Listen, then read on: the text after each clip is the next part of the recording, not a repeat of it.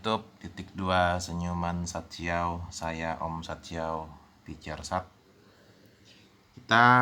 Kesempatan ini kita belajar subject pronoun ya. Kalau Anda di Google itu Anda lihat dulu ada namanya pronoun chart. Nah, Anda ketik pronoun chart. Nanti pronoun chart itu muncul ada tabel, yaitu pronoun ada 5 tuh ya. Ada 5. Nah, kita belajar 5 posisi tersebut adalah yang pertama, subjek pronoun, yaitu kata ganti orang yang menunjukkan subjek bahwa dia yang melakukan aktivitas tersebut. Nah, dalam hal ini I ya, I. Kita pakai I. Selain dari I itu ada you, ada they, we, he, she, it. Nah, seperti itu. Kita memakai yang satu ini I. Yang 6 lain itu di kesempatan yang lain ya. I learn a new language. Aku belajar sebuah bahasa baru. Kalau kita meninjau dari segi tense, ini termasuk tense present simple atau simple present, sama saja. Berarti sesuatu yang secara sederhana. Nah, bisa jadi nanti learn-nya itu mendapatkan learn ditambah dengan ed di belakang n itu, ed. I learn bisa jadi ketika kita lebih teliti lagi, kita lebih fokus lagi ke grammarnya ketika itu terjadi di masa lalu. Tapi ketika kita hanya simple atau orang yang standar itu menyebutnya I learn a new language gitu ya, karena fungsi dari present itu salah satunya untuk menyatakan sesuatu yang secara simple gitu, secara sederhana. Yang kedua, number 2, object pronoun. Artinya kata ganti orang ini dipergunakan bahwa aktivitas tersebut, peristiwa tersebut terjadi kepada dia, yang menjadikan objek. Perbuatan itu ditujukan untuk dia itu. Contoh, Mike cares me. Mike peduli saya. Teacher Satyau cares you. Nah, seperti itu. Jadi yang dipergunakan me, bukan I. Karena me berada di keadaan bahwa kegiatan tersebut ditujukan care-nya itu untuk saya. Sehingga me yang dipakai ya, bukan I lagi. Nah, itu. Kita mesti hati-hati, kita mesti menguasai materi ini. Number 3, possessive adjective. Kata-kata ini seperti kalau dikumpulkan semua, I itu menjadi my, you itu menjadi your, he itu menjadi his, her itu menjadi he itu menjadi his, she itu menjadi her gitu ya. Kemudian you sama they itu menjadi you tadi, your sudah ya. We sekarang we itu menjadi our, they itu menjadi their. Nah, inilah possessive adjective. Dipergunakannya untuk apa? Ketika kita menyebutkan kepunyaan benda, entah itu benda saya berarti pakai my, benda Anda berarti pakai your, benda dia laki-laki berarti pakai his, benda dia perempuan berarti pakai her, benda kepemilikan kami berarti pakai our, benda kepemilikan mereka berarti pakai their. Ya kan? My activity, your activity, his activity.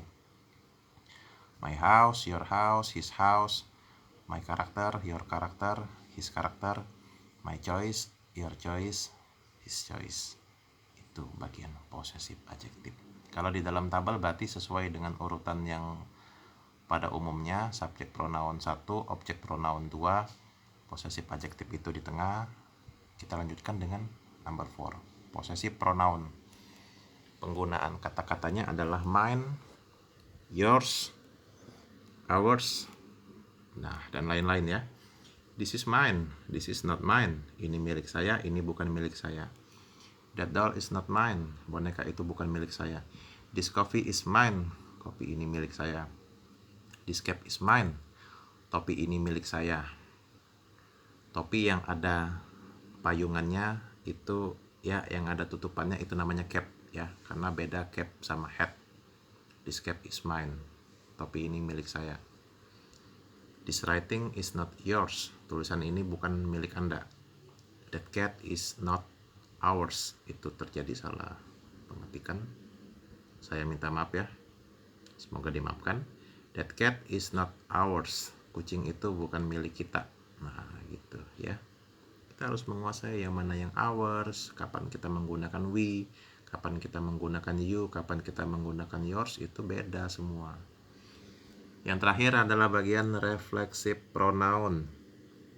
Reflexive pronoun itu dipergunakan bahwa yang pertama untuk sendiri, dia sendiri. Yang kedua adalah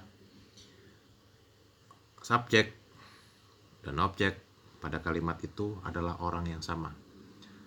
I myself clean my bedroom. Terjadi kesalahan, forgive me.